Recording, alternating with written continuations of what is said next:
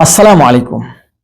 বিএনপির ভাইদেরকে বলছি, আচ্ছা ভাইরা, সকল দল মত নির্বিশেষে একত্রিত হয়ে আওয়ামী লীগকে ক্ষমতা থেকে সরিয়ে দেওয়া, সকল দলের মানুষ মিলিত হয়ে দেশের জন্য আন্দোলন করা, রক্ত দেওয়া, ত্যাগ স্বীকার করা, আওয়ামী লীগকে ক্ষমতা থেকে সরানোর পর থেকে এই সময় পর্যন্ত এত ত্যাগ, এত সংস্কার, এত কষ্ট, কোটি কোটি মানুষের অংশগ্রহণে এত সুন্দর একটি নির্বাচন, নিরপেক্ষ নির্বাচন, এগুলো কেন?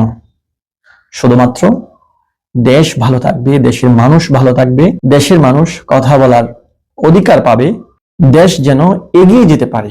দেশের প্রত্যেকটা মানুষ বুক ভরা আশা নিয়ে বসেছিল যে নির্বাচনের পরে হয়তো আমরা একটু শান্তি পাবো, একটু স্বস্তি নিঃশ্বাস ফেলতে পারবো, আল্লাহর দরবারে একটা শুকরিয়ার সিজদা আদায় করতে পারবো যে এতদিন পরে আলহামদুলিল্লাহ দেশে শান্তি ফিরে এসেছে।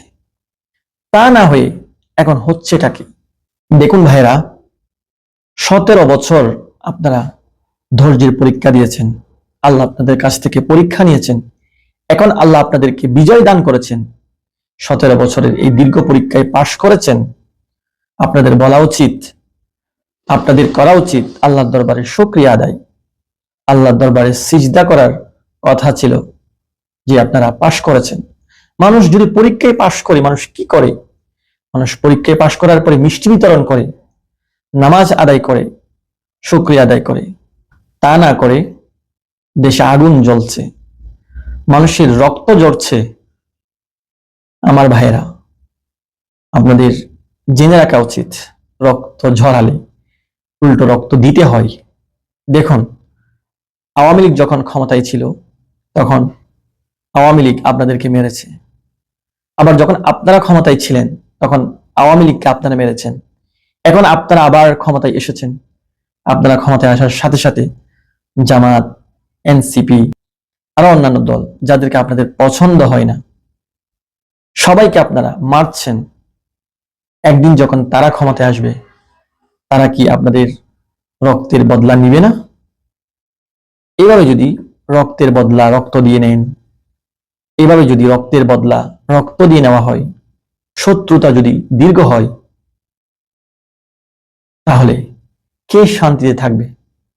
না আপনারা শান্তি পাবেন, না আপনারা যাদেরকে মারছেন তারা শান্তি পাবে।